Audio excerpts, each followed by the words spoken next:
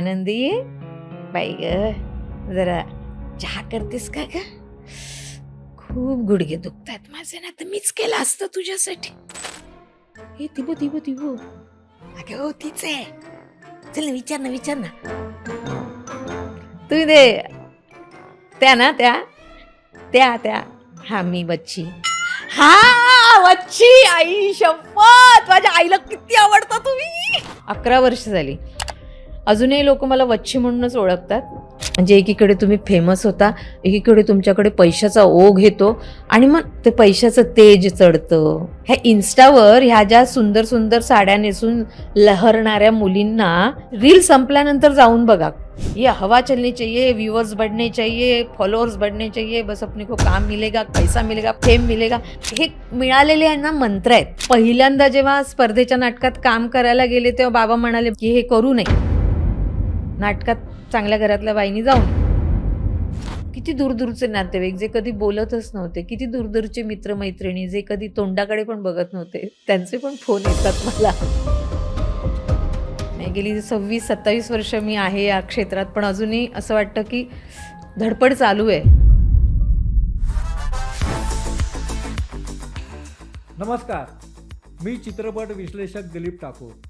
It's मज्जा या लोकप्रिय डिजिटल चॅनलच्या #ठाकूर विचारणार या पॉडकास्टमध्ये तुमचे पुन्हा एकदा उत्स्फूर्त स्वागत. आपल्याकडे काही कलाकार आपण बघतोय की जे 25, 30, 35 वर्ष मनोरंजन क्षेत्रामध्ये कार्यरत आहेत. नाटक अर्थात रंगभूमी, चित्रपट, मालिका, वेब सिरीज, जाहिराती, इव्हेंट्स यातून त्यांचा प्रवास सुरू आहे. पण प्रवास सुरू असताना त्यांचा स्वतःशी देखील एक संघर्ष सुरू असतो. म्हणजे एका वेळी त्यांना असं वाटतं की आपल्याला आता कुठेतरी ओळख मिळायला लागलेली आहे. त्याच वेळी त्यांना असं लक्षात येतं की अरे, ही ओळख कायमची आहे का? किंवा ही ओळख टिकवायची कशी? ही ओळख वाढवायची कशी?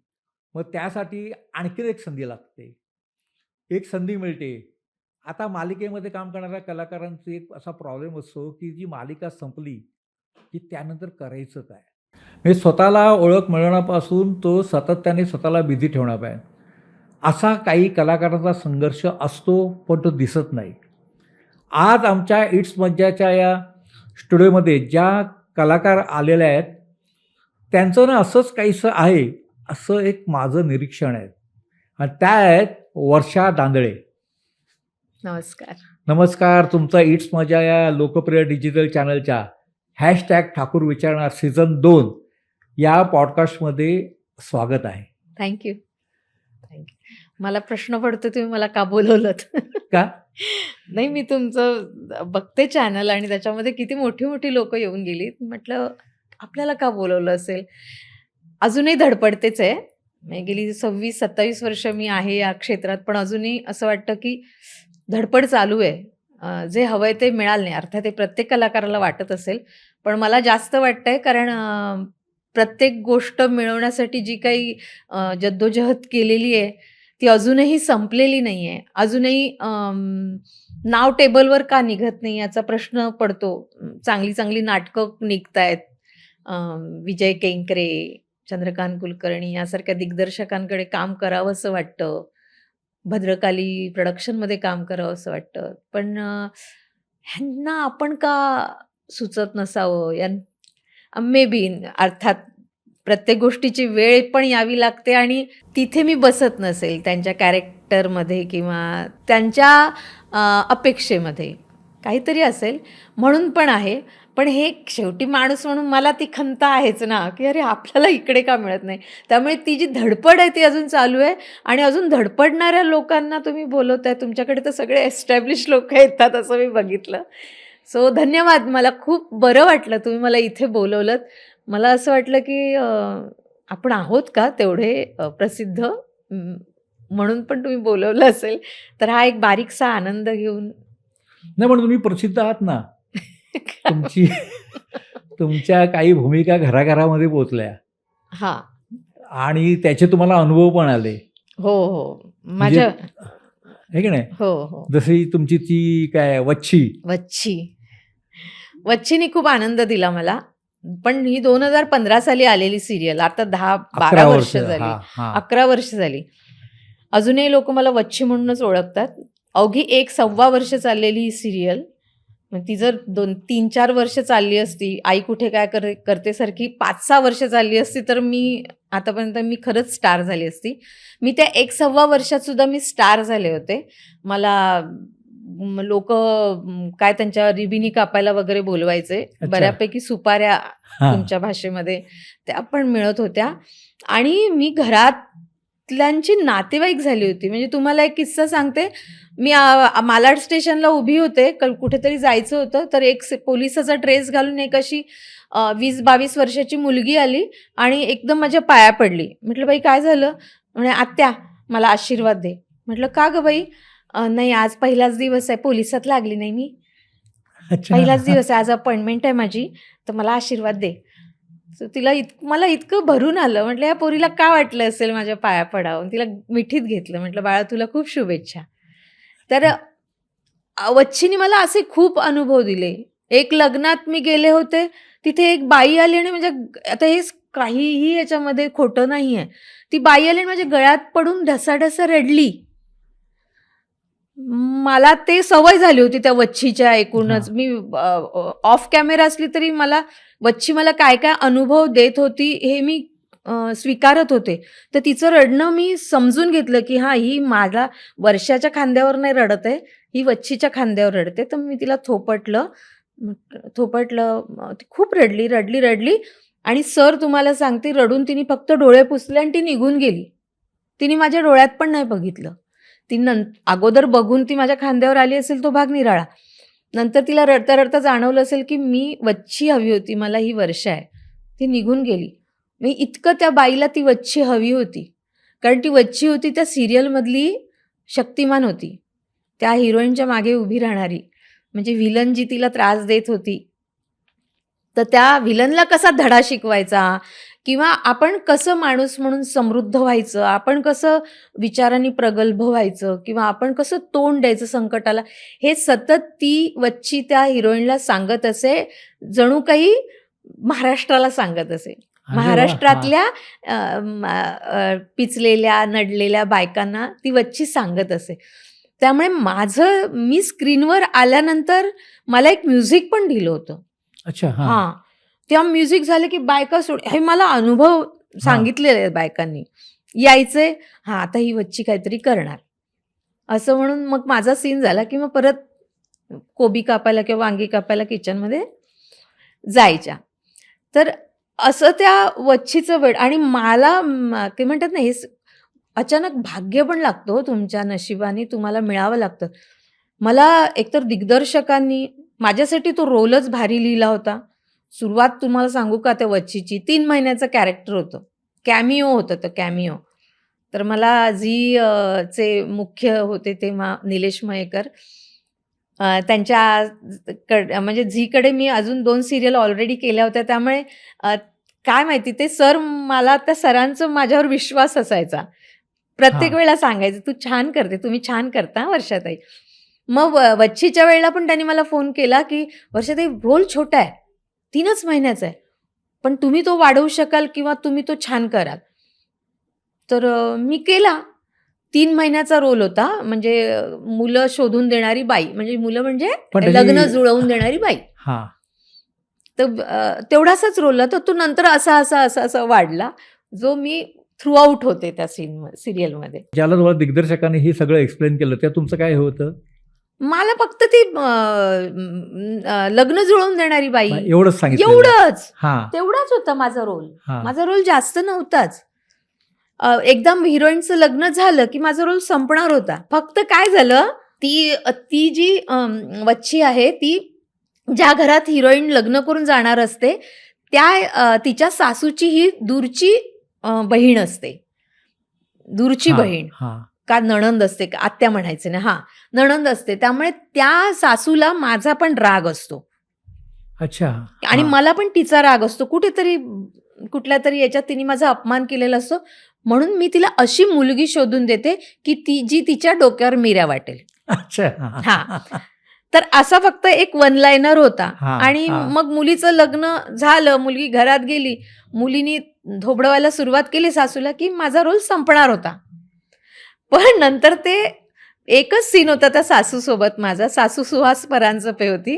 तो इतका गाजला, त्या दिवशी TRP फुल होता अरे आमचा. वा. हा. हा, मग काय, मग चॅनलचं असं असतं ना, की अरे ह्या दोघींचं कॉम्बिनेशन जुळतंय, ह्यांच्या 1-2 मस्त वाटतंय, चला आता असेच सीन लिहून आणा. झालं, बाई फिक्स झाल्या. मग 6.25 वर्ष मी नांदा सौख्यभरेमध्ये वच्ची आत्या होते. म्हणजे तुम्ही नांदा, म्हणजे तुम्ही चांगला मी नांदा. नांदायला लागले तिथे. नांदायला लागले. पण मला सांगा, आता बऱ्याचदा असं आहे की तुमची एक सिरियल क्लिक झाली, हा, तुमची भूमिका गाजली, घराघरात पोचली, मग तुम्हाला तशा पद्धतीच्या भूमिका ऑफर होतात. मग 11 वर्षात काय घडलं? भरपूर मिळाला की मला, मी करते ना सिरियल्स, हा. भरपूर मिळाला मला. त्याच्यानंतर सिरियल तुम्हाला भरपूर मिळाल्या, पण अशा टाईपचं हुकमी कॅरेक्टर? हुकमी कॅरेक्टर नाही मिळालं मला. मग मला विलनिश मिळालं, कारण ती वच्ची आहे ना, वच्चीमध्ये ना 3-4 रंग होते. ती काही जणांसाठी विलन होती त्या सिरियलमध्ये, हा. काही जणांसाठी ती हा. हे होती, पाठीराखीण होती, हा. काही जणांसाठी कॉमेडी हे होती ती. हा. तर मला ना त्याच्यानंतर ज्या सिरियल्स मिळाल्या त्या अशाच मिळाल्या, एकतर कॉमेडी मिळाल्या किंवा विलन मिळाल्या. तुम्ही काय जास्त एन्जॉय केलं? कॉमेडी मी जास्त एन्जॉय करते. आता मागच्या वर्षी झी मराठीवरच झाली 2 वर्षापूर्वी, नवागडी नवराज्य म्हणून. हा. त्यात मी सासूची भूमिका केली. ती सासू अशी सुनेकडून सगळी कामं करून घेणारी, पण सुनेला शब्दांनी न दुखवणारी, गोड बोलून कामं काढून घेणारं सासू असतात ना, हा. तशी होती मी. कधीच भांडली नाही ती आपल्या सुनेशी. आनंदी, बाई ग, जरा चहा करतेस का ग? खूप गुडघे दुखतायत माझे, ना तर मीच केलं असतं तुझ्यासाठी, आण बरं. हे एवढं बोलली तर ती आनंदी का नाही जाणार धावत, तर ती आणायची. किंवा दाराची बेल दाबल्या आय आय आय ग, गेला माझा गुडघा. मग सगळ्यांना कळायचं की दरवाजा हिला उघडता येणार नाही, किंवा हिला दरवाजा उघडायचाच नाही. बरोबर आहे. हा. तर अशी काय गोष्टी शोधून काढणारी ती सासू होती. तर ती पण लोकांना खूप आवडली. पण कॉमेडी करणं तर अवघड असतं. नाही, माहित नाही मला. मला हे कॉमेडी आणि विलन मला हे नाही कळत.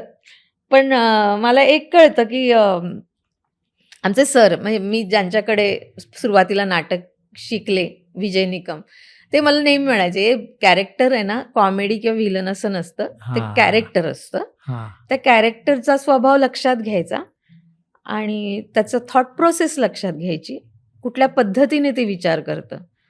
कोणी सरळ विचार करतं, साधा माणूस. हा. कोणी वाकडा विचार करतं, कोणी हुशारीने विचार करतं, कोणी निगेटिव्हली विचार करतं.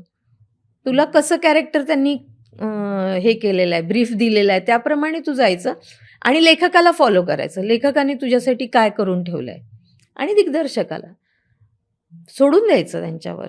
मी तसं केलं. मला नाही कळत सर अजूनही हे विलन आहे आणि हे, त्या कॅरेक्टरशी प्रामाणिक राहायचं, मग जमतं ते. मग ते फॉलो करत जायचं. हा, एवढ्या खोलात मी नाही शिरले की आता काय पंच काढू असं कोणी म्हटलं ना. आणि हा. असे काही दिग्दर्शक, आता काय झालंय, आता त्यांना कळलं की वर्षा जरा हे असते, ऑन असते, हिला हा. फक्त सांगायचं हे वाजवायचं आहे हा सीन. हा. मला असं कोणी म्हटलं ना, वर्षा सीन वाजवायचा आहे, मग मी धुप्प होऊन जाते. ही म्हणजे वाजवायचा ही वेगळी जबाबदारी आहे ना. हा. वर्षा सीन छान करायचा आहे, समजून करायचा आहे, हा. असं कोणी सांगितलं तर मला ते नॉर्मल वाटतं. हा. पण कोणी म्हटलं हे वाजवायचं आहे, मग मला टेन्शन येतं. मग मला सगळे, मग हास्य जत्रातले ते सगळे मोठी लोक, सगळी भारी लोक आहेत ना, हा. काय करतात, किती कॅरेक्टर, किती भाषा, किती काय कसले बॉडी लँग्वेज वापरतात, ह्या आपल्याला झेपेल का? नाही झेपणार. मला एवढंच फक्त कळतं, म्हणजे माझी अजून एवढीच धाव आहे छोटीशी, की मला लेखक, माझा दिग्दर्शक यांच्या अखत्यारीत राहून माझ्यासाठी काय लिहिलंय, ते कॅरेक्टरचं काय त्यांनी रूपडं दिलंय, त्या रूपड्याला स्वतःमध्ये. हां, पण मला एक जाणवलंय की ती भाषा आपलीशीच करावी लागते.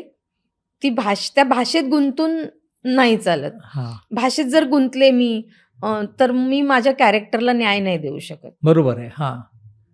तर ती भाषा मला माझी करेपर्यंत मी ती घोटत राहते किंवा मग मी माझी भाषा तयार करते. माझी भाषा तयार करते, की ही अशी आहे.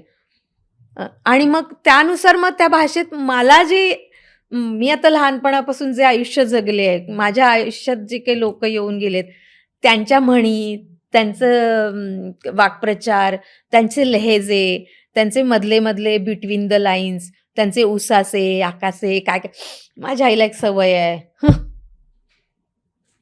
अशी करते आई. अच्छा. हां. हां. तर ते मी कुठेतरी वापरून बघितलं. माझी एक आत्या आहे ती असंच असतं तोंड तिचं. अच्छा. हां. तर हे ना ह्या बसल्यात बायका माझ्या डोक्यामध्ये. हां. शाळेतल्या शिक्षिका 27 वर्ष मी BMCत नोकरी केली. हां. माझ्या अवतीभोवती माझ्यासोबत माझ्या कितीतरी शिक्षिका मैत्रिणी आहेत. काही माझ्या सिनियर, मी लागली तेव्हा काही जणी रिटायर्ड होणार होत्या त्या. हां. तर वेगवेगळ्या वयाच्या बायका माझ्या अवतीभोवती असल्यामुळे किती कॅरेक्टर्स आहेत. तर मग त्या कॅरेक्टरचा उपयोग मी माझ्या दिग्दर्शकाला आणि माझ्या लेखकाला विचारून मी करते. पण हां. मला कोणी म्हटलं की सीन वाजव, मग माझे दाबदण आणतं. हां. मग असं. तुम्ही आता बोलताना म्हणालात, की मालाड रेल्वे स्टेशनवर मी उभी होते. लोकलनी प्रवास करता आणि त्याचे अनुभव आणि मग तिकडे तुम्हाला जे चाहते भेटतात ते? लोकलने प्रवास मुंबईत करता. करावाच लागतो. हां. कारण रोडचा प्रवास आता शक्य नाहीये. हां. म्हणजे खूप दिवस झाले शक्य नाही होत आहे. हां. कारण म्हणजे गाडीने जाणं येणं खूप मज्जा येते. आपली गाडी AC वगैरे. पण काही नाही, अर्धं आयुष्य रस्त्यावर जातं आपलं. इतकं ट्रॅफिक असतं. त्यामुळे कुठेतरी आपल्याला जर लवकर पोचायचं असेल, तर मी ट्रेन प्रिफर करते. हां. पण हे आता 10 वर्षात ना. हां. त्याच्या आधी तर आपण साधे हो. शिक्षक होतो हो. आणि अधूनमधून काय कामं मिळाली ती करायचो. हां. बरोबर आहे. हे हां. नाही का? हां. तर तेव्हा काय आपल्याला माझ्याकडे गाडी कधी आली? सर 12च वर्ष झाले माझ्याकडे. त्याच्या आधी तर मी ट्रेननीच करायचे ना प्रवास. तर आता पण मी मध्ये-मध्ये ते ट्रेननी जाते, तेव्हा ट्रेनमध्ये ज्या मला बायका भेटतात, त्या बायकांना पण मी त्यांच्यातलीच वाटते. हे माझं सद्भाग्य का दुर्भाग्य मला माहीत नाही. मला असं वाटतं ते माझं सद्भाग्य आहे. माझ्यासमोर कोणाला टेन्शन येत नाही. हां. रिलॅक्स होतात. रिलॅक्स असतात. हां. बाजूला पहिले तर काही जण ह्या लहान वयाची मुलं ज्यांनी आता आपल्या वयाची जी लोक आहेत त्यांना मी सगळ्यांना माहिती आहे. पण लहान आता 25-30ची पोरं असतील तर ते हे दिव हे नाही तीच आहे. अगं हो तीच आहे. चल ना विचार ना. तुम्ही त्या ना त्या हा मी वच्छी. हा वच्छी, आई शपथ, माझ्या आईला किती आवडता तुम्ही. ही वच्छी. एक सेल्फी. माझं मग त्यांची ते धांदोल झुंबड अशी सुरू होते. हां. बायका त्या आहेत त्या ज्या माझ्या वयाच्या बायका त्या एवढं काही टेन्शन नाही घेत. त्यांना हां. माहिती ही वच्छीच आहे. हां. त्या बाजूला येऊन बसतात. हां. काही तर हातावर हात ठेवतात. अच्छा. हां. कशा आहात तुम्ही? म्हटलं मी बरी आहे. आणि मी वच्छीच्या भूमिकेत जाते मग. कारण मला माहिती आहे कशासाठी विचारते. कारण मी तशी तर मी ओळखत नाही. ती मला ओळखते याचा अर्थ मी वच्छी आहे ना. कशा आहात तुम्ही? कुठे चाललात? नाशिकला? नाशिकला घर आहे तुमचं? ही सगळी चौकशी करणार. मग तुम्हाला मुलं किती? मग तुम्ही किती वर्ष झाले काम करता? आणि मग त्यातली एखादी आता ही सुज्ञ एखादी व्यक्ती असेल, स्त्री असेल ती असं विचारते. एखादी खूपच मला मैत्रीणच समजणार नाही. ऐका ना, तुम्ही कधीपासून केलं काम? तुम्ही बोललेलं ते का मुलाखतीत मी वाचलं होतं तुम्ही 35व्या वर्षी काम सुरू केलं. करता येतं का एवढं उशिरा? मग मला करता येईल का? नाही माझं झालंय म्हणजे मी असं ट्रेनिंग घेतलेलं नाही आहे. पण मी कॉलेजमध्ये करायची कामं आणि आता आमच्या सोसायटीमध्ये ह्याची परीक्षा होती ना, पूजा होती ना सत्यनारायणाची, तर तिथे मी एक पत्र केलं होतं मॅडम. तो होऊ शकतं का? म्हणजे काय करायचं? मी तुला म्हणते काय करावं तर खूप लागेल हो, पण मग मी माझं एक तयार केलेलं उत्तर आहे आणि जे खरं आहे, हां. हां. की तुम्हाला करायचं असेल तर तुम्हाला ऑडिशन्स द्यावे लागतील. त्याच्या आधी तुम्ही ज्या बाजारात आता शिरणार आहात, त्या बाजाराचे सगळे आडाखे तुम्हाला समजून घ्यावे लागतील. आपण ॲक्टिंगच्या बाजारात शिरतोय. त्या ॲक्टिंगच्या बाजारात आता काय चाललंय? कुठल्या लेव्हलची ॲक्टिंग चालू आहे? ते बरोबर आहे. तुम्ही रोज एक सिनेमा बघावा लागणार ताई. बघता का तुम्ही? हां, किती सिनेमे बघितले तुम्ही आतापर्यंत? हां. नाही, तो माहेरची साडी बघितला होता. त्याच्यानंतर मग म्हटलं कसं काय? म हे तुम्हाला बघावं लागणार ना. जे गोष्ट तुम्ही करणार आहात, हां, ती गोष्ट आता काय लेव्हलला चालली आहे? तो लेव्हल नको समजून घ्यायला. कोण कशाला हजारो रुपये खर्च करून तुमच्यावर कॅमेरा लावेल? हं, करा ॲक्टिंग म्हणून. हां. बरोबर आहे. हां, तुम्हाला ॲक्टर म्हणून घेण्यासाठी लोकांचे खूप पैसे जाणार आहेत अहो. मग माझं एकदा हे झालं, माझ्यातली शिक्षिका जागी झाली का मग मी पूर्ण गाडीभर हे सांगत राहते, ज्या ऐकणार आहेत त्या. तुम्हाला नको का करायला? मग हां. सांगा मला किती सिनेमे बघता? किती पुस्तकं वाचलेत तुम्ही? जयवंत दळवी वाचलेत का? तेंडुलकर वाचलेत का? श्रीना पेंडसे वाचलेत का? कशी कॅरेक्टर्स समजणार तुम्हाला? कॅरेक्टर समजली पाहिजे ना. माणूस समजला पाहिजे. माणसाची गोष्ट मांडणार आहोत आपण, तर त्यासाठी माणूस समजला पाहिजे. माणूस समजण्याआधी पहिले स्वतःला पण समजून घेतलं पाहिजे. करता का चिंतन? हां. तेवढं करता का तुम्ही? ते सगळं करावं लागतं हो. आपल्याला वाटतं ॲक्टिंग खूप सोपी आहे. सोपी नाहीये ॲक्टिंग. ॲक्टिंग करायला आतून खंगाळून घ्यावं लागतं. तो गवई गाणं कसं रियाज करत गाणं आपलं शार्प करतो. सतार शार्प करतो. सगळी त्याची काळजी घेतो. तसं आपल्याला आपलं मन शार्प करावं लागतं. आपलं मन स्वच्छ करावं लागतं. स्वच्छ केल्यानंतर आपल्याला सगळी पात्र दिसणार ना. तशी कशी दिसणार? फक्त स्टाईल मारायला नाही पात्र आपल्याला हे करता येणार. मग ते खोटं होणार हो. मग ते बालनाट्य होणार. तू कुठे गेलास? इकडे ये ना. अशी ॲक्टिंग करतो आपण. सत्यनारायणाच्या पूजेमध्ये जी नाटकं करतात, हां. अशीच ॲक्टिंग. मी येते बरं का. किती आता परवा मी डॉक्टरांचं एक नाटक बघितलं सर. डॉक्टरांनी केलेलं. 7-8 डॉक्टर होते. एक एकांकिका होती. नाव नाही सांगत. किती मोठी लोक आहेत ही. किती अभ्यास केला असेल. पण ह्यांना बिचाऱ्यांना त्या दिग्दर्शकांनी सांगितलं नाही. मग त्यांची ॲक्टिंग सगळ्यांची, चालणं त्यांचं फुटवर्क कोणी करून घेतलं नाही. त्यांचं इजनेस आणला नाही अंगामध्ये. त्या पात्राची अंतरंग सोडा हो, बाह्यरंग पण नाही समजून सांगितलं. त्यांनाही नाही समजलं. किती गोष्टी आहेत ॲक्टिंग म्हणजे. तर मग मी असं सांगत असते गाडीमधल्या बायकांना. मग त्यांना पटतं. मग पटतं. काही जणांना सोडून देते सांगून, हां, मग तुम्ही इन्स्टावर जा, ऑडिशन वगैरे वरती टाईप करा. खूप ऑडिशन्स येतात, ते ऑडिशन द्या, होणार तुमचं काम. जय बाबा. पण तुम्ही जेवढं सिरियसली सांगता, हं, ॲक्टिंग करणं सोपं नाही किंवा हे माध्यम हा व्यवसाय हं. हे मनोरंजन क्षेत्र हे जे माध्यम आहे, रंगभूमी आहे, चित्रपट आहे, मालिका, वेब सिरीज, हे माध्यम आणि व्यवसाय म्हणजे ती लोकांसमोर आल्यानंतर त्याची काही आर्थिक गणितं, प्रतिसाद वगैरे. पण आपल्या ह्या क्षेत्राची जी प्रतिमा आहे जनसामान्यामध्ये, ती मात्र अशी ग्लॅमरस अशी आहे हो, ग्लॅमरस आहे ना. कारण किंवा चंगळवादी अशी काहीशी आहे. आहे आता काय सगळेच वेगवेगळ्या प्रकारची लोक आहेत ना आपल्या मान्य आहे. क्षेत्रामध्ये. हां, तर काही जणांना वाटतं की आता आपण हिरो हिरोईन ह्या लेवलचे आहोत, तर त्या आणि ते काही वाईट नाही ना सर, नाही की मान्य आहे. छान राहायचं, व्यवस्थित, हां. खूप ग्लॅमरस राहायचं, चकचकीत राहायचं, आपण इतरांपेक्षा वेगळे आहोत हे जाणवून द्यायचं. तर मे बी काही जण आणि ते आवडतं लोकांना. मला तर मला मला हे शिकायला हवं. मला पण खूप जण म्हणतात, "ओ तुम्ही काम करता? तुम्ही काम करता ना? मग तुम्ही ट्रेनमधून का येता?" हे मला विचारतात लोकं. म्हणजे त्यांची अशी अपेक्षा असते, की "नका ना येऊ तुम्ही हां, ट्रेनमधून. हां, तुम्ही आमच्या वच्छी मावशी आहात." हां. हे दिसतं मला त्यांच्या डोळ्यामध्ये. तर मी कसं सांगू त्यांना, की "बाई माझी गरज आहे म्हणजे मला लवकर कल्याणला पोचायचं आहे. हां. कल्याणला जायचंय, माझं तिथे अभिवाचन आहे, तर मी कशी ट्रेन आता जर मी गाडी काढली, तर मग मी त्या शिळपाट्यावरच अडकून जाईल." किंवा घोडबंदर रोडला किंवा वगैरे. घोडबंदरला अडकून जाईल. तर असं होतं. तर काही जण शेवटी काय आणि सर काय आहे आमच्या क्षेत्रामध्ये, एकदा तुम्ही क्लिक झालात ना, व तुम्हाला ढेरो कामं मिळतात आणि कामाचे पैसे पण मिळतात. म्हणजे एकीकडे तुम्ही फेमस होता, एकीकडे तुमच्याकडे पैशाचा ओघ येतो आणि मग आपसुकच माणसाचं ना, ते पैशाचं तेज चढतं.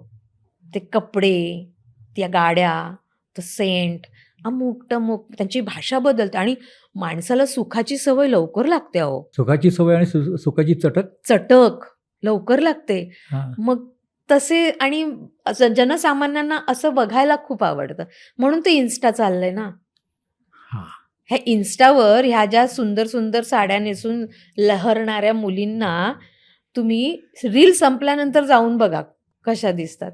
हे सगळे काढून फेकून हाफ पॅन्ट घालून अशा पंख्याखाली बसून राहत असतील. नाही का? आता आम्हाला कारण कसं माहीत? कारण माणसं शेवटी काय म्हणतात ना, त्याला आपल्या स्वतःमध्ये राहायला जास्त आवडतं.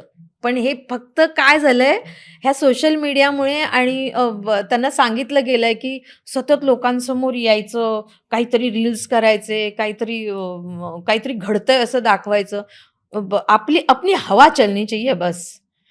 ये हवा चलनी चाहिए, व्यूअर्स बढ़ने चाहिए, फॉलोअर्स बढ़ने चाहिए. बस अपने को काम मिलेगा, पैसा मिलेगा, फेम मिलेगा. ही सगळी हे मिळालेले आहे ना मंत्र आहेत. आता हे मंत्र हां. आहेत का काय आहेत माहित नाही. पण हा सुखी राहण्याचा मंत्र हा नाही आहे एवढं मात्र नक्की. पण तुम्हाला तुमच्या आजूबाजूला समजा असे काही स्टार असतील तर काही त्रास होतो? नाही. नाही. अजिबात. मला स्वतःला कधीच असा अनुभव नाही आला हां. की कोणी माझा अपमान केलाय किंवा काय. नाही. मला एक कळतं की ह्या आजकालच्या ह्या मुली ज्या आहेत नवीन आलेल्या, त्यांचं एक जग आहे. मी घरातल्या मुलांच्या मध्ये आपण नाही जाऊ शकत हो. ते म्हणतात आई गप्प बस, आई तुला नाही कळत. मग ही तर आपल्या मुलांना एवढीच मुलं आहेत बाहेर जे स्टार बनले, ह्यांच्या मध्ये आपल्याला जाण्याचा काय अधिकार? तर मी काही जात नाही त्यांच्यामध्ये. त्या बोलतात, हॅलो वर्षाताई, हाय बाळा, कशी आहेस? झालं आपलं. मग काही एकत्र सीन असेल तर वाचन वगैरे होतं. मग काय मजा मस्ती होते. काही जागा निघतात ऍक्टिंगच्या. मी असं करेन ना तेव्हा, मग तुला काय रिॲक्ट व्हायचं तू हो वगैरे ते सांगणं होतं. तर असं ती गंमत होते. बाकी एकमेकांच्या याच्यात सल्ले बिल्ले द्यायला मी तरी नाही जात. कारण मी माझ्या घरच्या मुलांवरून ते सांगते. सल्ला हा नाही आवडत मुलांना. हां, ते आले विचारायला तर मला असं वाटतं, बघ बाबा तुझं कसं आहे ते. माझ्याकडे आम्ही बाई असं केलं ना, असे आयुष्य काढलं बाई, आम्हाला तर काहीच नव्हतं दिलं आमच्या बाबांनी. आम्ही तर एका चपलीवर अख्खं वर्ष काढलं. ते तुमचं नशीब होतं. ते त्यांचं नशीब आहे. त्यांची आई वर्षा दांदळे, ती देते त्यांना. दिलंय तिने. बरोबर आहे. नाही का?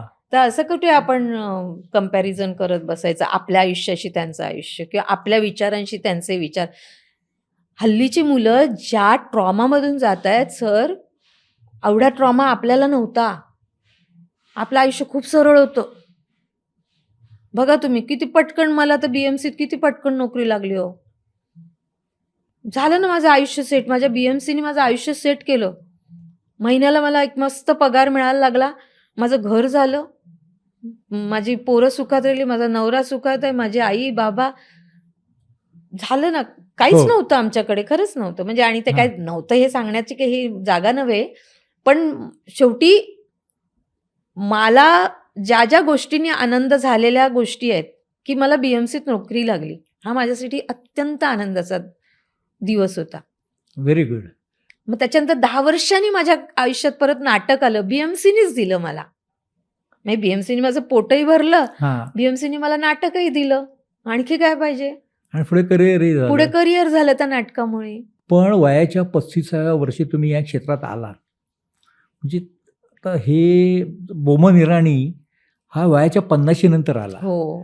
बोमन इराणी आमच्याकडे जे गिरगाव म्हणजे गॅन्ट्रोलला अप्सरा चित्रपटगृह आहे त्याच्या पाठीमागे A1 वेफर म्हणून आहे. आणि तिकडे पारशी कॉलनी आहे. तिथे माणिक इराणी नावाचा पूर्वीचा जो अमिताभच्या डमीचं वगैरे काम तो राहायचा. तो बिचारा वारला. बोमन इराणी त्या वेफरच्या दुकानामध्ये काम करून शनिवार रविवार पारशी, हिंदी, इंग्लिश नाटकात काम करत तो 50 नंतर आला. तर बोमन इराणी बद्दल अधिक काही बोलायला नको, ते एक वेगळं हे आहे. मोठा माणूस. तुम्ही 35 नंतर आलात तर त्याचं तुम्हाला आता काही वाटत नाही ना असं? काय झालं वाटत आता अहो हे पण माझ्या नशिबात होतं की नाही मला माहित नव्हतं. मला हां. माहितीच नव्हतं मी अभिनेत्री होईन. हां. कारण आमचं घर आहे बाबा जसे तसे कडक होते. म्हणजे अच्छा. हां. हां, ते असे सिनेमात वगैरे मी पहिल्यांदा जेव्हा स्पर्धेच्या नाटकात काम करायला गेले तेव्हा बाबा म्हणाले, "बाई आपल्याकडे नाही करत तसं. नाही करू." तर मी बाबांना म्हटलं, "बाबा हे हो म्हणतायत." "हो का? पाहुणे हो म्हणतात का? हां. मग कर." हां. असं माझ्या बाबांचं सरळ-सरळ गणित होतं, की आता तुझं लग्न झालंय आणि पाहुणे म्हणजे तुझा नवरा हो म्हणतोय. हां. मग तू कर. पण एकदा त्यांनी अडवण्याचा प्रयत्न केला मला, की हे करू नये. नाटकात चांगल्या घरातल्या बाईनी जाऊ नये. अजूनही हां, आताही हां. मी नाटकात पहिल्यांदा 99 ची गोष्ट आहे ना, हां. तेव्हा सुद्धा बाबा मला म्हणाले, "चांगलं नाही" म्हणून. तोपर्यंत तर किती चांगल्या-चांगल्या सगळ्या घरातल्या बायका आल्या होत्या. सो मला माहीत नव्हतं. बरं पहिल्याही नाटकात काम करताना मी ते जे सर होते आमचे मनोहर सुर्वे, ते मला म्हणाले, "मला फक्त वाचन करून दाखव." मी वाचून दाखवलं. मला म्हणाले, "तू करशील का BMCच्या नाटकात काम?" पहिली वेळ होती माझी. त्याच्या आधी मी शाळेतल्या मुलांची नाटकं बसवत होती. अ, त्याच्यात आम्ही रमलो होतो. त्यांच्यासाठी लिहीत होती, त्यांच्यासाठी दिग्दर्शित करत होती. माझी मुलं दिल्लीपर्यंत जाऊन आली. BMCच्या फायनलपर्यंत प्रत्येक वर्षी बालकोत्सव म्हटलं की वर्षा दांदळे असं मी BMCत फेमस होते. अरे वाह! अच्छा. हां. हां. दरवर्षी बालकोत्सवात कुणाचं नाटक येणार तर वर्षाचं. तर इतकी फेमस होती. तर त्या फेममधूनच मला माझी ती प्रसिद्धी त्या सरांपर्यंत गेली. मग ते सर माझ्याकडे आले. सर म्हणाले, "तू करशील का?" मी म्हटलं, "अहो थांबा. माझ्या घरून मला अजून मला माहीत नाही. मला तर खूप इच्छा आहे." मला ते खूप अमेझिंग वाटलेलं. आपण उभं राहायचं. मी आयुष्यात उभी नव्हती राहिली स्टेजवर. मग मी मिस्टरांना विचारलं, ते म्हणाले, "कर." मग मी करायला पहिल्या नाटकातच सर मला बक्षीस मिळालं. तर त्याच्यानंतर मला ती चटक लागली. पहिल्यांदा टाळी वाजली ना, चटक लागली. मग परत पुढच्या वर्षी मला त्याच सरांनी विचारलं. त्यातही मला बक्षीस मिळालं. मग तिसऱ्या वर्षी मला प्रभाकर पणशीकरांनी विचारलं. मग मग तो प्रवास सुरू झाला. मग मी ॲट अ टाईम BMCच्याही नाटकात काम करत होती, राज्यनाट्यमध्ये पण काम करत होती आणि व्यावसायिक नाटक पण माझं चालू होतं. पणशीकरांनंतर उपेंद्र दातेंनी विचारलं. मग उपेंद्र दातेंच्या तरुण तुर्कमध्ये, रायगडाला जेव्हा जाग येते मध्ये नटसम्राटमध्ये काम केलं. मग नालंदा नांदोसकरांनी ग्रँडफादरमध्ये घेतलं. मग सतीश पुळेकरांनी डॉनमध्ये घेतलं. मग बाबूजींनी मच्छिंद्र कांबळेंनी भैय्या हातपाय पसरीमध्ये घेतलं. असं माझं आणि पणशीकरांचं कोणतं होतं? तो मी तो नव्हे. मी नव्हेच. अरे वाह! म्हणजे तुम्ही गाजलेल्या नाटकापासून सुरुवात केली. हां, म्हणजे हे आणि कसं झालं देवाने मला 35शी पर्यंत काहीच दिलं नाही हां. आणि त्याच्यानंतर मला पाठी वळून बघायला सुद्धा वेळ दिला नाही. इतकी बिझी, इतकी बिझी. बरं तुम्ही म्हणाल मग 35शी पर्यंत तुझ्या मनात अभिनेत्री नव्हती का? होती. पण ती कशी होती? माझी. हां. आमच्या बाबांना ना महिन्याला एक सिनेमा दाखवायची आम्हाला आवड होती. म्हणजे त्यांना आवड होती. हां. तर बाबांचं आम्ही विदर्भातली लोकं आहेत ना, नाटकाचे कमी फॅन आहोत. आम्ही सिनेमाचे जास्त फॅन आहोत. हां. सिनेमा तो पण हिंदी सिनेमा आणि बाबांना त्यांच्या आवडीचे सिनेमे म्हणजे बच्चनचे किंवा सबसे बडा रुपया हां. हे असे त्यांनी हा हा नाही विचार केला की मुलं लहान आहेत तर दर महिन्याला पगार झाला की एक एक सिनेमा आणि हॉटेलमध्ये जाऊन काहीतरी वडा सांबार वगैरे खाऊ घालण्याचं ते त्यांची प्रथा होती. तर घरी येऊन आहे ना, माझ्यावर तो सिनेमांचा खूप परिणाम व्हायचा. अच्छा. हां. मी ना ॲक्टिंग करायची की काय घरी येऊन? हां. अच्छा. आणि तेव्हा काय आमच्याकडे गोदरेजचं पण कपाट नव्हतं. तो छोटासा आरसा होता. हां. तो खिडकीत असा ठेवलेला. ते मी त्या जया भादुरीसारखं असं टॉवेल असं खून असं ती पदर घ्यायची ना हां. दोन्हीकडून आणि ते घेऊन मी अशी वेगवेगळी गाणी गायची. चाकू सूर्य. हां, अच्छा. त्याच्यात चक्कू सूर्याचं पण मी मग हे सगळं दुपारची धंदे. म्हणजे बाबा कामावर गेले, हां. आई झोपली आहे. मग 2 वेण्या अशा लांब करायच्या. लांब नव्हते केस. त्या वेण्या रिबिनींनी असे लांब करायचे आणि मग ते असे फिरवायचे. चक्कू सूर्या तेच करालो असं स्वतःच गायची. अच्छा. हां, वेगळं. दर्या किनारी एक बंगलो गपोरी जय जो जय असं काहीतरी म्हणजे फरीदा स्वतःच जलालवर आलात तुम्ही एकदम. हां, एकदम फरीदा जलाल. हां. लैला मजनू नावाचा पिक्चर दाखवला होता बाबांनी. हो, ऋषी कपूर, ऋषी रंजिता. कपूर आणि रंजिताचा. नंतर ये रेशमी पैंजण नव्हते. हां. तर तो रिबीनच बांधायची आणि मग असं करत ते त्याच्यावर तिने कसं डान्स केला तसं डान्स. हे किडे होते माझ्यामध्ये. हे किडे होते. आता आणि बरं एव्हाही मला माहीत नव्हतं की पुढे जाऊन मला हे करायचं. मला हेच माहीत होतं की आपल्याकडे हे असलं काही नाही. मी माझं मनोरंजन करायची. मी स्वतःचं मनोरंजन करण्यात इतके हुशार होते आणि मैत्रिणी गोळा करणे, हे हां. सगळे दुपारचे धंदे. हां. आणि मग त्यांना ह्या गोष्टी सांगणे, पिक्चरच्या स्टोऱ्या सांगणे. पिक्चरच्या स्टोऱ्या सगळ्या तर मला आठवायच्या नाही. मग त्यात मी माझी स्टोरी घुसडणे. हं. मग माहिती आहे का बच्चन कसा आला, इकडून आला आणि तिकडे गेला आणि बच्चन आहे ना, ॲक्चुअली जया भादुरी म्हणजे हे तेव्हापासून मला ते गॉसिप माहीत होतं. तेव्हा ते चालू होतं बघा, तर हां. गॉसिप त्यांचं. असं बोलू नये ह्याच्यावर. नाही असू दे. हां. पण मी त्या मुलींना ते सगळं आतली पण गोष्ट सांगायची. त्यामुळे मुलींमध्ये मी माझ्या मैत्रिणींमध्ये फेमस होते. अच्छा. व्हेरी हां. गुड. हां. मग तर अशी गप्पिष्ट, ही सिनेमाची आवड असणारी, गोष्टी सांगणारी, गाणं गाणारी, भेंड्यांमध्ये नंबर 1, बाकी कशात नाही. बाकी नाटकांमध्ये शाळेत मला कधीच घेतलं नाही हो सरांनी, कुठल्याच शिक्षकांनी मला कशातच घेतलं नाही. मी आपले ते छिद्रातून बघणारे, आतमध्ये प्रॅक्टिस चालू असेल तर छिद्रातून हां. बघणारी पोरं असतात बघा माहिती आहे, माहिती आहे. बाहेर, हां. त्यातली मी होती. मग एखादी आतली आगाऊ पोरगी ठाडकन दरवाजा उघडायचे आणि बाहेरचे सगळे पडायचे. हां. त्यातली पडणारी मी पहिली असायची. अच्छा. तर मला खूप ते हे होतं की यार आपल्याला नाही घेत नाटकात, डान्समध्ये. त्याला कारण पण असं झालं सर, 10 वर्षात 5 शाळा बदलल्या. का? हां, म्हणजे बाबांचं ठरायचं नाही मुंबईत राहायचं का. मग एकदा पहिलीत मुंबईत, मग दुसरीत परत गावाला गेलो. मग 3री-4थीत आम्ही परत जोगेश्वरीला आलो, वेगळी शाळा. मग 5वी आणि 6वी मग प्रायव्हेटमध्ये बाबांनी घातलं, वेगळी शाळा. मग 7वीला अमरावतीला गेलो, वेगळी शाळा. मग 7वीची शाळा बरी नव्हती म्हणून 8वी-9वीला अमरावतीलाच दुसऱ्या शाळेत. मग 10वीला परत आम्ही इकडे आलो, तिसऱ्याच शाळेत. तर असे 10 वर्षात 5 शाळा. मग शिक्षण भरपूर झालं ना पण तुमचं? शिक्षण भरपूर झालं म्हणजे कुठल्याच शाळेत मी नवीन, सगळ्याच शाळेत मी नवीन म्हणूनच हां. ती ग नवीन पोरगी. एवढंच माझी ओळख तीच. ती ग नवीन पोरगी. कारण मी कधी जुनी झालीच नाही ना. जुनी होईपर्यंत शाळा बदलून जायची. तो पण एक माझ्यामध्ये थोडासा एक ट्रॉमा राहिला. हां. मला लोकांशी ओळख करून घेणे या गोष्टीची एकतर मुलं आणि त्या वयात आपल्याला मुलींनी त्यांच्या ग्रुपमध्ये घ्यावं अशी इच्छा असायची ना, तर लगेच नाही घ्यायच्या. मग घेईपर्यंत निघायची वेळ व्हायची. तर तो पण एक ट्रॉमा असायचा. म्हणून मग मी ती एक घाणेरडी सवय लागली. लवकर स्वतःला फेमस करायचं. म्हणजे मैत्रिणी मला त्यांच्यामध्ये घेतील. मग गाणी म्हणून दाखव, मग चुटकुले सांग, मग जोक्स सांग. हे असले धंदे करायची मी. पण तुम्ही एवढी मोठी बॅकग्राऊंड आहे तुमची ही सगळी. हां. मग ती तुम्हाला करिअरमध्ये आता उपयोगी पडत असेल ना? हां, मला मी त्याचा जाणून कसा उपयोग करायचा मला माहीत नाही.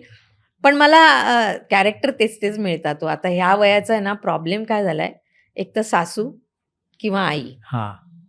किंवा मामी, आत्या, हां. मावशी, हां. व्हिलन किंवा हां. कॉमेडी हां. किंवा रडकी, असं म्हणजे काहीतरी त्याला शेड्स असे नसतात.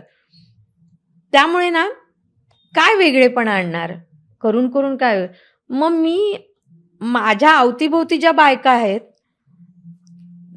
त्या बायकांना घेते सोबतीला, म्हणजे मनातल्या मनात आणि करते. बऱ्यापैकी एन्जॉय करते पण मी माझं ॲक्टिंग मला माहीत नाही मी कितपत बरी करते. पण मी पण लोक माझं ओळखतात म्हणजे तुम्ही बरं काम करता असंही होतं ना? हां, हां ना? असंही होत असेल. तसंही होतं. हो. पण तुम्ही आता सीरियलमध्ये एवढा रमलात, रंगभूमीवर भरपूर, मग चित्रपटातून अगदीच कमी का दिसता? कमी कारण काय झालं, चित्रपटाला पण एक केलेत मी भरपूर सिनेमे केलेत. पण ते ना असे सिनेमे केले, आले आणि गेले. सवतीचं कुंकू नाव ऐकलंय तुम्ही? हां. केलाय मी. हां. तो केलाय. मी असे सिनेमे केले की सुपारी नावाचा सिनेमा केला. त्यात छोटासा रोल केला. खूप सिनेमे केले सर, पण ना ते छोटे-छोटे रोल केले आणि ते सिनेमे आले आणि गेले.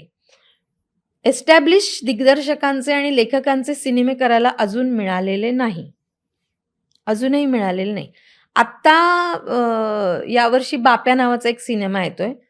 त्यात म्हणजे त्यातही रोल छोटा आहे, पण लोकं बरी आहेत. ग्रुप चांगला आहे तो. अच्छा. गिरीश हां. कुलकर्णी आहेत, अरे हां. राजश्री देशपांडे आहे. समीर तिवारी यांनी दिग्दर्शित केलेला.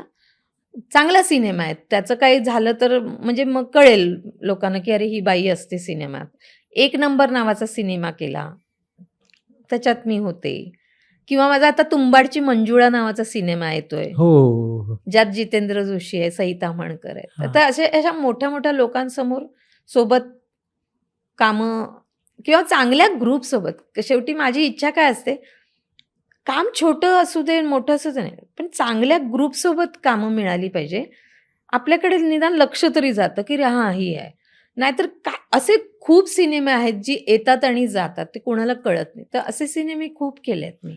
पण तुमचं असं झालं तुम्हाला निवडलं आणि नंतर डावललं? माझ्यापर्यंत नाही आलं ते. असेल तसं बऱ्यापैकी. ह्याच्यामध्ये होतं ते.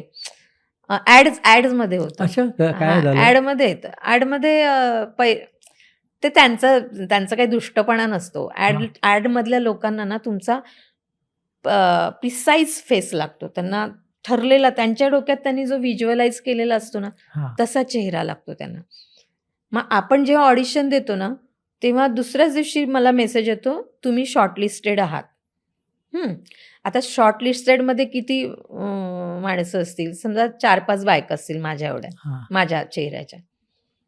त्याच्यातून मग परत एक दुसरं शॉर्टलिस्टिंग होतं, त्याच्यात 3च असतात. त्याच्यात पण मी जाते बरं का. हां. आणि मग शेवटी ते 3 फोटो घेऊन तो जो क्लायंट असतो ना, ज्याची ॲड असते, त्याच्यासमोर ठेवले जातात. हां. तो इनमे से कौन है? मग तो ज्याच्यावर बोट ठेवेल ते. मग असं डावलणं खूप झालंय. खूप वेळा होतं माझं. हो. हां. आणि त्याला तो त्यांच्या व्यवसायाचा भाग आहे. त्याचं काय आपण माझ्यासोबत असा दुष्टपणा नाही झाला, की "अरे रे! हिला काढून टाकूया." नाही झाला असं. म्हणजे मला असा अनुभव नाही आला. मला फक्त ते एक खंत आहे. मला करायचं आहे चांगल्या लोकांसोबत. कारण शेवटी ना ही जी कला आहे ना सर, ही सगळ्यांवर अवलंबून आहे. हे टीमवर्क आहे. ते टीमवर्क आहे. तुम्हाला चांगला दिग्दर्शक लागतो, तुम्हाला चांगला लेखक लागतो. नाटक असेल तर सगळं बाकी लाईट्स, म्युझिक, सेट, तुमचे सहकलाकार. पिक्चर असेल तर तुमचा कॅमेरामन, तुमचे सहकलाकार, तुमचा सेट, सगळंच. हे सगळेजण तुमच्यासाठी सगळं तुम्हाला छान तुमच्यावर नजर जाईल म्हणून ती लोकं हो, पण हो, काम हो. करत असतात ना. पण मग चांगली लोकं असली तर तुमच्यावर नजर जातेच, कारण जे चांगले दिग्दर्शक किंवा चांगले लेखक असतात ते कलाकृतीच अशी डिझाइन करतात, की त्या डिझाइनमध्ये आपण पण उठून येस. दिसतो. भले मग एक सीन असेल. भले का एक सीन असेल. तर तसं नाही मिळालं मला अजून. अरे! पण तुम्ही आता जे गुणगुणलात, मला वाटतं तुम्हाला संगीताचा कान किंवा आवाज चांगला आहे.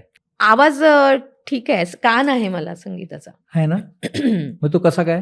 ते काय आलं, BMCत मी प्रशिक्षिका म्हणून होते आणि मग BMCमध्ये संगीत शिक्षकांची कमतरता निर्माण झाली. अच्छा. हां.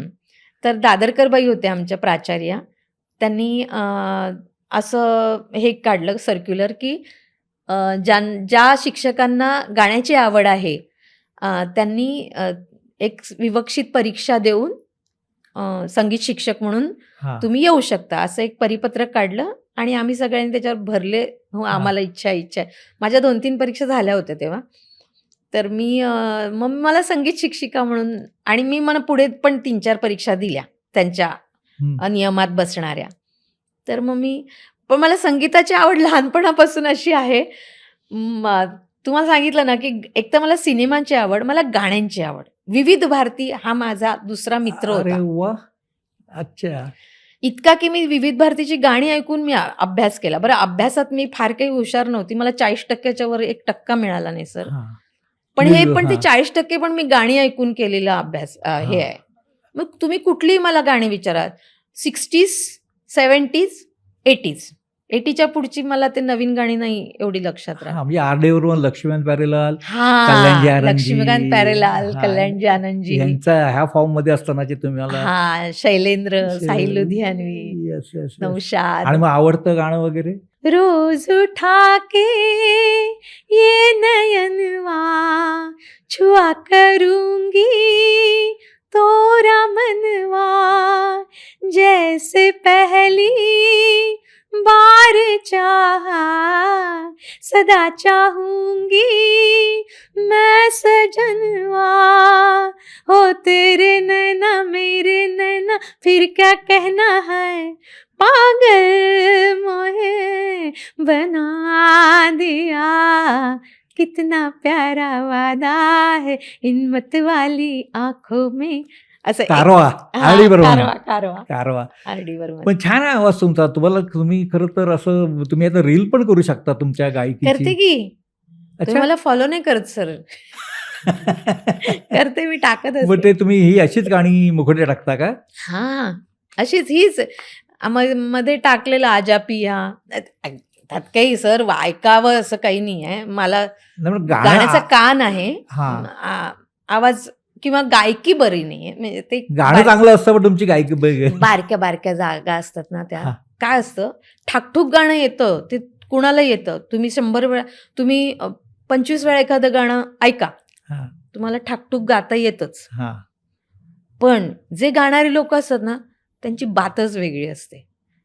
ते काय मेंढ घेतात, काय आलापी घेतात, असं वाटतं का गावं आपण. आपल्याला अधिकार नाहीये आपण गाण्याचा. ऐकावं. आपण ऐकावं. बरं, तुमचा हा असा जो प्रवास आहे, आता चौफेर म्हणूया, त्यात अडथळे आहेत, सगळे आहे. पण तो तुमचा अपघात झाला हम्म, हम्म. आणि एक स्पीड ब्रेकर बसला. त्या धक्क्यातून तुम्ही सावरलात. तो पिरियड आता जेव्हा आठवतो, नाही फार नाही सेटबॅक बसला मला फक्त 4-5 महिने मी म्हणजे घरी. चर्चा खूप झाली. चर्चा खूप झाली. ह्याचा काळ होता ना तो करोनाचा काळ कोरोनाचा होता. काळ. हां. आणि भंडारदऱ्याला आम्ही जात होतो ते गाडी स्लीप झाली. तर त्याच्या मागे पण वेगळा इतिहास आहे. तर तेव्हा ना वळणावर रेती टाकून ठेवलेली तिकडे. तुम्हाला सांगू का तेव्हा ह्या करोनाच्या काळात लोकांना इतकी गरिबी आली होती की रस्त्यात गाड्या लुटल्या जात होत्या. अच्छा. हे हां, आपल्यापर्यंत नाही आलं ना. हां. आणि तो भंडारदऱ्याचा तो रस्ता असा खूप वळणाचा आहे. कारण सेम ॲक्सिडेंट आदल्या आठवड्यात तिथे झाला होता. Same accident. फक्त त्या ॲक्सिडेंटमध्ये 4घही जण बेशुद्ध होते. त्यामुळे त्यांची घड्याळं, पाकिटच चोरून नेली. हो, अच्छा. आमच्या ह्याच्यात एक माणूस व्यवस्थित शुद्धीवर होता. त्यामुळे आम्हाला लुटलं नाही गेलं. मग ॲम्ब्युलन्स आली. मग आम्ही ॲडमिट झालो. आम्ही दुसऱ्या-तिसऱ्या दिवशी आमची ऑपरेशनं झाली. आम्ही बरे झालो. पण मला हे तुम्हाला सांगायचं आहे की गरिबी माणसाला काय काय करायला लावते. जर जीव गेला असता तर त्यांची गरिबी किती महागात पडली असती आपल्याला.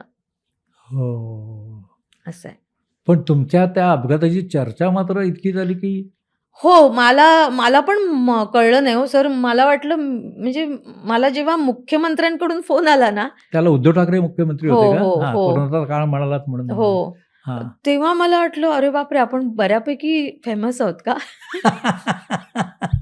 महापौर बघायला आल्यात त्यांच्या सगळ्या लवाजम्यासकट. अच्छा. हां, त्यांचे ते 4 बॉडीगार्ड, हां. अजून एक नगरसेवक, अशा 2घी जणी आणि ते 4घ जण असे आले होते मला बघायला. त्यांना मुख्यमंत्र्यांनी पाठवलं आणि विचारलं तुम्हाला काही मदतीची गरज आहे का? तेवढं आपल्याला दिलं होतं भगवंतानी.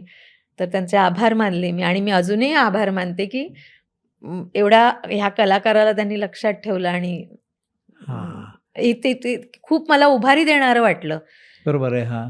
की आपण शासनाला पण माहिती आहोत आणि आपल्याला शासनाने विचारलं की तुम्हाला मदत हवी आहे का? हे माझ्यासाठी खूप उभारी देणारं होतं. नाही, हे चांगलंच आहे अगदी. हां. सुचत माझे आणि विद्यार्थी आले मला भेटायला अच्छा. हां. शाळेतले. माझे जुने विद्यार्थी म्हणजे मी जेव्हा बी.एड झाल्या ज्या प्रायव्हेट शाळेत लागली भांडूपला, जे मुलं मी जेव्हा 20-22 वर्षाची होती तेव्हा माझी मुलं 8वी-9वीत होती. म्हणजे काय फरक होता आमच्या दोघांमध्ये. ती 13, हां. 12-13 वर्षाची आणि मी 22 वर्षाची. ती पोरं मला भेटायला आली बस करून. 18-19 मुलं. ते किती वर्ष झाली त्या गोष्टीला. ही 89 ची गोष्ट आहे. 89ला मी त्या शाळेमध्ये होते. तेव्हाची मुलं तुम्हाला आता ती मला भेटायला भेटायला आली. नंतर खूप इंडस्ट्रीतले पण खूप जण भेटायला आले. खूप जण. नाशिकला. मुंबईत कोणी येईल हो. हो, हो, हो. नाशिकला भरत जाधव, निर्मितीताई, अशोक सराफ हे म्हणजे माझ्यासाठी शशांक केतकर, ऋतुजा बागवे खूप जण आले. खूप जण मग आले. याचा अर्थ तुम्ही ही माणसं जोडलीत. प्रेमाला काही गत्यंतरच नाही. ते कुसुमाग्रजांनी सांगितलं ना, प्रेम एकमेव आशा ह्या जगाची. तसं आहे ते. बरं, तुमची ज्या एक मालिका संपते आणि एक गॅप येतो, हे मधले दिवस? मधले दिवस वाट बघण्याचे असतात. पण माझ्यासाठी आहे ना, आता मी ह्या वेळेची वाट बघणं मला फार त्रासदायक नाही आहे. कारण मला सिनेमे मिळाले. आता मी तापा नावाचा एक आदिवासी सिनेमा केला नाशिकला. एक शॉर्ट फिल्म केली. व्हिस्लिंग वूडच्या विद्यार्थ्यांसोबत मी एक अरे वाह! शॉर्ट फिल्म अच्छा, केली. सुभाष घे. घे. हां, त्याच्यानंतर मी माझ्या नाटकाचे प्रयोग चालू असतात. माझा दीर्घांक आहे एक, हां, लाईट गेली आहे का म्हणून. हां. त्या दीर्घांकाचे प्रयोग, त्याच्यामध्ये अजून काय आपण मॉडिफाय करू शकतो त्याच्यावर विचार चालू असतो. पुस्तकं वाचायसाठी मी आता तो एक शिस्त लावून घेतली आहे, की आपल्या या पुस्तकाची एवढी पानं वाचून झाली पाहिजे. अच्छा, हां, हां, असं करून त्यामुळे ते दिवस माझा असा लावलेला आहे मी. हां. आणि रोज एक सिनेमा बघायला पाहिजे आपण. जेवढे कोणी चांगले रेकमेंड करतात ते सिनेमे मी बघते. म्हणजे तुम्ही जगभरचा सिनेमा बघता? म्हणजे जगभरचा सिनेमा बघता? जगभरचा. मला ऐकून आलं. हां, हो. जगभरचा म्हणजे जेवढे मला Netflix माझ्या ह्याच्यावर जेवढे मिळतात. मी हां. Far out of the way जाऊन मूव्ही वगैरे घेतलं होतं मध्ये मी. हां. मूव्हीवरचे बघितले होते. पण मग नंतर मी ते सबस्क्रिप्शन बंद केलं. पण Netflix आहे, Amazon Prime आहे, YouTube आहे. YouTubeवर तर जग आहे. YouTubeवर किती गोष्टी आहेत बघण्यासारख्या. जुने सिनेमे बघते, नवीन सिनेमे बघते. नाटकं मला प्रायोगिक बघायला जास्त आवडतात. सॉरी, म्हणजे व्यावसायिक लोकांनी रागवू नका माझ्यावर. नाही. हां, पण व्यावसायिकमध्ये कसं व्यावसायिक नाटकं ही व्यावसायिक सिनेमासारखी असतात, हां, की एक संघर्ष असतो, मग एक उकल असते, मग त्याचा एंड असतो. हां. प्रायोगिक नाटकामध्ये काहीतरी एक महत्त्वाचं मांडलेलं असतं, जे असं करणारं असतं हां. आपल्यासाठी. मग तुम्हाला वाटतं प्रश्न पडला पाहिजे.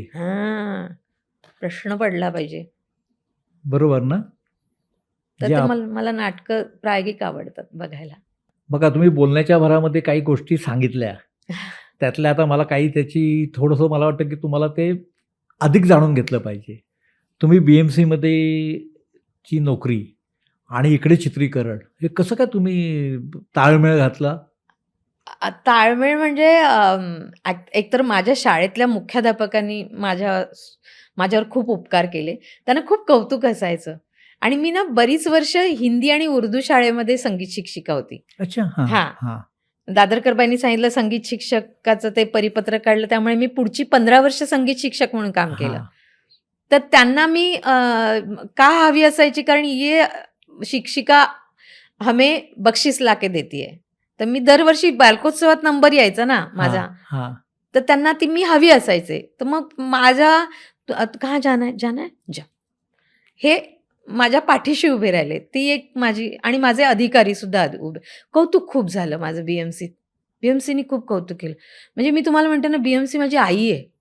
जिने मला पैसा दिला, जिने मला भाकरी दिली, जिने माझं नाटक सांभाळलं आणि जिने मग नंतर मी जे काय केलं त्याचं कौतुक सुद्धा केलं. मी आता म्हणतं शेवटची 5 वर्षे VRS घेतली. अच्छा. हां. कारण मला मग ते वयानुसार पण झेपेना. कारण इकडे नोकरी करून सकाळची शाळा असायची. 12-1 वाजता निघायची मी, सेटवर जायची. सेटवर रात्री 10 पर्यंत काम करायचं. मग कधी-कधी शेवटची बस निघून जायची. मग स्टेशनवर एकटं उभं राहायचं. सकाळची गाडी परत पकडायची. मी अरे बापरे! 3 अच्छा. दिवस घरी गेलेले नाही. 3 दिवस. मग त्या राहायच्या कुठे तुम्ही असं? दादर स्टेशनला. अच्छा. दादर स्टेशनला 2-3 वेळा दादर स्टेशनला राहावं लागलं.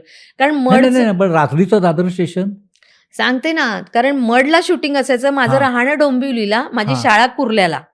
अरे बापरे! हां. हां, हां, शाळा सकाळची हां, 12-1 वाजता मी मडला यायचे. हां, मडचं मग संपूर्ण दिवसभराचं बरं उशिरा बोलवायचं, त्यामुळे माझं सीन शेवटपर्यंत असायचे हां, आणि 10:30 पर्यंत शूटिंग. मग नंतर ती शेवटची बस पकडून मालाड स्टेशनवरून दादरला जाऊन डोंबिवलीला जावं लागायचं ना, हां, तर दादरला तोपर्यंत शेवटची गाडी निघून जायची. तर मी हां. 1 नंबर स्टेशनवर बसून राहायचे. काही तशी काही काळजी नसायची, कारण खूप भाजीवाल्या वगैरे असायच्या तिथे आणि भरपूर दुसऱ्या पण बायका असायच्या, प्रॉस्टिट्यूट वगैरे. मी त्याच्यावर एक नाटक पण लिहिलंय सर, सवेरेवाली गाडी, माझ्या या अनुभवावर, जे हिंदीमध्ये राज्याला पहिलं आलं. अरे वाह! अच्छा. हां. हां. ह्या तुमच्या अनुभवाचा तुम्ही ह्या त्या माझ्या लेखनात अनुभवाचा. माझा भयंकर वेगळा अनुभव आहे तो. म्हणजे वाईट असा नाहीये, पण शेवटी आपण ह्या क्षेत्रामध्ये येऊन आपल्याला अभिनय म्हणजे काय हे समजण्याचं नाही, वेगळी उत्तरं लोकांकडे आहेत. काय तर ह्याला फोन करा, त्याला फोन करा म्हणजे आपल्याला कामं मिळतील, किंवा अभिनय म्हणजे दुसऱ्याच्या गुडबुकमध्ये राहणं मग मिळेल. तर नाही, त्याचं उत्तर मी त्या नाटकात दिलेलं आहे. तर ते नाटक तुम्हाला मी देईन वाचायला. हां, तर तो अनुभव, ती प्रॉस्टिट्यूट त्या बाईशी गप्पा मारते. हां. असं त्या नाटकाचं शेवटचं सीन आहे. मग त्या गप्पांमधून त्या बाईला कळतं, की ही बाई हिचा धंदा किती प्रामाणिकपणे करते. आपण का असं करतोय? आपल्याला अभिनय अजून कळलेलाच नाहीये. मग पहिली गाडी येते आणि मग तेवढ्यात नवऱ्याचा फोन येतो, "मिळाली का गाडी?" "हो, मिळाली मला माझी गाडी." असं म्हणतो, एंड होतो त्या नाटकाचा. म्हणजे तुमचा हा अनुभव म्हणजे अगदी वेगळा आहे. म्हणजे कलाकार हा कोणत्या दिव्यातून जात असतो, हं. प्रसंगी कोणत्या दिव्यातून जात प्रसंगी असतो. कुठल्या दिव्यातून जात असतो. पण तुम्ही तर आता म्हणालात तुम्ही लेखन पण केलंय. तुम्ही खूप व्हर्सटाईल आहात. मी ना काय झालं, व्हर्सटाईल आहे की नाही माहीत नाही. मी शिक्षिका होते ना, त्यामुळे मला लिहायचं हां, आमच्या डोक्यावर ते होतंच ना. हां. दरवर्षी आम्हाला विषय दिले जायचे. ह्या विषयावर यावर्षी नाट्यस्पर्धा आहेत. त्यामुळे मला लिहिण्याची आणि कॉलेजमध्ये पण मी कविता वगैरे करायचे. तर लिहिण्याची तशी आवड होती मला. आणि निवेदन वगैरे? निवेदन मग नंतर BMCत संगीत शिक्षिका झाल्यानंतर आम्हाला संगीत शिक्षकांचे अनेक कार्यक्रम असायचे. त्यामुळे मला निवेदनाच्या भरपूर संधी मिळाल्या. तर मी ते निवेदन नंतर मग स्वतः सुरू ठेवलं पुढे. माझा एक 1-1.5 तासाचा मी कार्यक्रम पण तयार केलेला, इंद्रधनुष्य नावाचा. त्याचे 27 प्रयोग केलेले अच्छा. 7-8 वर्षापूर्वी. गप्पा गोष्टी गाणे, किस्से गप्पा गोष्टी गाणी, असं. असा एक कार्यक्रम होता तुमच्या माझा. प्रगती पुस्तकात बरेच विषय आहेत. खूप विषय आहेत. मी म्हणते तुमचा पॉडकास्टला वेळ कमी पडेल. नाही, नाही, असं काही नाही. तुम्ही अगदी मनापासून बोलताय हां. अगदी. बरीच तर वेगळी माहिती सांगताय अगदी. म्हणजे डान्स, आता हे ॲक्सिडेंटमुळे डान्स कमी झाला, नाहीतर डान्स पण करायची आवड आहे आपल्याला. हां. म्हणजे मला झी मराठीने तर माझ्यावर उपकारच केले. 3 वर्ष मला सतत डान्स करायला त्यांनी त्यांच्या त्या कार्यक्रमामध्ये चान्स दिला. तो ठीकठाक होता, पण हां. त्यांना वाटलं या बाईकडे ताल आहे. मी तिथे ते मग पण तोल केलं. सांभाळून ताल केलात तुम्ही. रोल सांभाळून ताल केला. ठीक आहे. आता आपण रॅपिड फायर घेऊया. येस. तुमच्यामध्ये आजचा मराठी सिनेमा? आजचा मराठी सिनेमा खूप पुढे चाललाय. म्हणजे असं तुम्हाला वाटतं? हां, म्हणजे विषयांच्या बाबतीत त्यांचं वैविध्य मला आवडायला लागलंय. तुमच्या करिअरमधला असा रोल की जो तुम्हाला पुन्हा करायला आवडेल? वच्छी. तुमचं ॲक्टिंग मंत्र काय? म्हणजे फील करायचं आपण की नाटक करायचं, ते अभिनयाचं नाटक करायचं? नाही, फील करणं तर बेसिक आहे. फील करून तो आभास निर्माण करायचा. मेकअप रूम तुमच्यासाठी काय आहे? गॉसिपचा अड्डा की स्क्रिप्टचं डिस्कशन? दोन्ही. गॉसिप तर आपलं हे आहे, टॉनिक आहे ना. हां. कुचाळ काय करणं हा आपला धर्म आहे. हां. आपला म्हणजे उद्योग आहे. त्याच्याशिवाय खूप बातम्या कळतात. आपण आपल्याला कळू लागतो. आपल्याला कळतं की अरे ती नाहीये तर तिच्या गप्पा चालू आहे तिथे. आपण नसल्यावर आपल्या पण सुरू असतील की. गॉसिपचं टॉनिक आहे, हे मात्र बरोबर आहे अगदी. नांदा सौख्य बरे की नवागडी नवे राज्य? नांदा सौख्यवर आहे. टॅलेंट वर्सेस नेटवर्किंग कोण जिंकतं याच्यामध्ये? टॅलेंट. तुम्हाला काय वाटतं ओ-टी-टीमुळे ॲक्टर्ससाठी स्कोप वाढला की स्ट्रगल वाढला? ओ-टी-टीमुळे नाही आहे, स्ट्रगल वाढला आहे. कारण खूप कलाकार आणि क्रिकेट. आपल्याकडे अभिनय आणि क्रिकेट ह्या 2 गोष्टी आवडतात ना लोकांना. तर हो. भरपूर मोठ्या संख्येने मुलं-मुली तिकडे येतायत, अभिनयाकडे आणि क्रिकेटकडे. हां. त्यामुळे तिथे गर्दी वाढली आहे. गर्दी वाढली म्हणून स्ट्रगल वाढलाय. हां. ओ-टी-टीमुळे उलट चान्स मिळतायत ना. तुम्हाला काय एवढ्या वर्षामध्ये इंडस्ट्रीमध्ये बदल असा काय दिसतोय? इंडस्ट्रीमध्ये बदल थोडासा ना व्यावहारिकपणा जास्त वाढलाय. क त्यामुळे पूर्वी जे होतं एक जवळीक असायची लोकांमध्ये, ती जरा कमी झाली आहे. पण कधी-कधी वाटतं, की हे अपेक्षित आहे, हे होणारच आहे आणि त्याला काही इलाज नाही. तुम्हाला काय वाटतं एवढ्या वर्षात तुम्हाला इंडस्ट्रीने काय दिलं? बापरे! काहीच नव्हते मी हो. साधी शिक्षिका होते. मला काय नाही दिलं. तुम्ही बोलवलं तिथे मला. नाही, नाही. हं. हो, तुमच्या बोलण्यातून तर तुमचा व्हर्सटाईल म्हणजे तुमच्यामध्ये एवढे गुण आहेत. त्याचा एक ट्रेलर आम्हाला दिसला. खूप दिलं मला. मला पैसा दिला, मला फेम दिली, मला प्रेम दिलं लोकांचं. किती प्रेम दिलं बापरे! लोकं खूप प्रेम करतात अहो. त्याच्यानंतर किती दूरदूरचे नातेवाईक जे कधी बोलतच नव्हते, किती दूरदूरचे मित्र-मैत्रिणी जे कधी तोंडाकडे पण बघत नव्हते, त्यांचे पण फोन येतात मला. अर्थात हे खूप मी निगेटिव्हली बोलते. पण अहो ह्या क्षेत्राने अ, दूर गेलेली लोकं पण जवळ आलीत. कुठून-कुठून फोन येतात आणि कॉन्फिडन्स वाढला, जगणं गंमत वाटायला लागली. एकेकाळी असं होतं, की जगणं गंमत नाही वाटायची. अरे, हेच करायचं आपल्याला. सकाळी उठायचं, डबा बनवायचा, धावत जायचं, मुलांना पाळणाघरात ठेवायचं. मग संध्याकाळी घरी यायचं, परत कणिक मळायची, फोडणी टाकायची, कुकर लावायचा, पोरांना खाऊ-पिऊ घालायचं, परत सकाळी उठायचं. हे जे आणि हे कधी संपणार? कधी आपलं नीट होणार? ह्या सगळ्या विवंचनेत कितीतरी दिवस गेले आयुष्याचे. आणि त्याच्यानंतर अचानक 35व्या वर्षी नाटक आलं माझ्या, देवदूत बनून. पण कधी दुखावलात? खूप वेळा. म्हणजे इंडस्ट्रीमध्ये हां. दुखावला तर हां, तसं भांडण असं नाही झालं.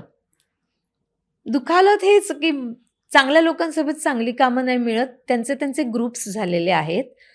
सो आपण त्या ग्रुप्समध्ये कधी आपला शिरका होईल, साठी आली आता. आता कधी वाट बघायची. म्हणून मग आता उलट आता खूप शांत झाले मी ह्या 1 वर्षामध्ये, अच्छा. हां. की नाही आता आपल्याला जे द्यायचं देवाने ते खूप दिलंय. ह्या पलीकडे मिळालं तर बोनस असेल, तो पण आनंदाने स्वीकारायचा. नाहीतर आत्ता इथे स्टॉप झालं तरी काही मनात विषाद राहणार नाही. या स्टेजपर्यंत मी आले आहे. मिळालं तर आनंदी आनंद. नाही मिळालं तरी हरकत नाही. कारण काहीच नव्हतं हो माझ्याकडे. ते मला खूप दिलं देवाने. मग आता काय मला पण ते हे की अजून ते राहिलं. चांगल्या लोकांसोबत चांगली कामं करण्याचं राहिलं. कारण शेवटी हे काही एकटीच्या बळावर नाहीये. चांगल्या लेखकाचं चांगले विचार आणि चांगल्या दिग्दर्शकाचं दिशादर्शन जर मिळालं असतं, तर तर अजून फुललं असतं. अजून काहीतरी भलं झालं असतं. भलं आत्ताही झालंय. पण तुम्हाला ओळख मिळाली आहे असं आपण म्हणतो. हं. पण असं कधी झालं किंवा होतं, की तरी लोक ओळखत नाही? भरपूर वेळा असं झालंय. अच्छा. हो, हो. म्हणजे कसं कारण होतं? आता ना काय झालंय सीरियलचे दिवस आता जरासे हे झालेत, गडबड झाले. सीरियल आता या वयातली मुलं नाही बघत. आता सीरियल बघणारा तुम्हाला प्रेक्षक सांगू का? वयवर्ष 50 पासून वयवर्ष 80 पर्यंत हा जो वयोगट आहे ना, हा सीरियल बघणार आहे. ही पिढी हळू-हळू जातीये आता. हां, हां. आता मुलं नाही बघत सीरियल. त्यामुळे मग ती लोकं नाही ओळखत. मुलांच्या कॉलेजमध्ये जर मला जेव्हा व्याख्यानाला बोलवतात अभिनयावर, तेव्हा त्यांना त्यांचे टीचर्स सांगतात, त्यांचे लेक्चरर्स सांगतात, की त्यांनी हे केलं, ते केलं. मग ते लेक्चर सांगतात म्हणून टाळ्या वाजवतात. ते मला ओळखत नसतात. हां, मग मी बोलायला लागल्यावर मी त्यांना अभिनयाचे 2-3 फंडे किंवा मी त्यांना गोष्टी फुटवर्क सांग, हे सांग, मग ते टाळ्या वाजवतात. मग येतात ते फोटो-बिटो काढायला. ते ॲज अ टीचर म्हणून माझा मान ठेवतात. ॲज अ कलाकार म्हणून मी त्यांना माहीत नसते. तर ही अजून एक खंत तुमच्या दृष्टीने होत चालली आहे म्हणजे? नाही, नाही. नाही? हे वास्तव आहे ना. माझ्या घरात माझी मुलं बघत नाही तर सीरियल. मी माझ्या घरातल्या मुलांना मिरर केलेलं आहे. ती काही वाईट नाही आहेत मुलं. नाही, नाही, नाही. हां. मुलं क्लॅरिटी आहे. तर त्यांना तर उलट मला म्हणतात, "आई काय करतेस हे? ठेव ना बाजूला आता, ठेव ना ते सीरियल." असे म्हणतात मला. मग त्यांना म्हणते, "मी काय करू मग दुसरं? मला जे मिळतं ते मनापासून करते. सीरियल काय सोपी आहे करणं? 12 तास तिथे बसावं लागतं. वेळेवर तुम्हाला गरम-गरम सीन येतो 2-2 पानांचा. तो तुम्हाला वाचून 15व्या मिनिटाला तो म्हणतो, "चल ना, चल ना, मास्टर करूया ना, चल ना वर्षाताई." अरे पण मी वाचलं नाही. "चल गं, तुला काय ते पहिले 2 ओळी वाचून घे, चल." असं म्हणून तिथे आपण उभं राहतो. 7-8, 8-8 पानांचे मोनोलॉग्स असतात, ते बोलायचे असतात. काहीच प्रॅक्टिस नसते. नाटकाला आपण 2-2 महिने तालीम करतो. तिथे आपल्याला 15 मिनिटं. कठीण आहे. सीरियल करणं पण कठीण आहे. पण अर्थात प्रत्येक क्षेत्राचं काही स्ट्रगल्स आहेत. तर तो सीरियलचा पण आहे. पण मी सीरियल पण तेवढीच एन्जॉय करते. मी म्हणजे मला गंमत येतं. बाकीच्यांचं काय मला माहीत नाही. तर अशा ह्या वर्षा दांदळे, तुम्ही सुरुवातीला म्हणालात, की मला का बोलवलं? हं. आता मला असं वाटतं, की तुमच्याकडे अजून बरंच काय-काय सांगण्यासारखं आहे. आणि खरंच खुललात, मनापासून बोललात, व्यक्त झालात आणि तुमचा जो ग्राफ आहे, त्या ग्राफमधल्या बऱ्याचशा गोष्टी आमच्या प्रेक्षकांपर्यंत पोहोचलात. तुम्ही आमच्या या इट्स मजा या लोकप्रिय डिजिटल चॅनलच्या #ठाकूर विचारणार पॉडकास्ट 2 यामध्ये आलात. त्याबद्दल तुमचे खूप खूप धन्यवाद. Thank you.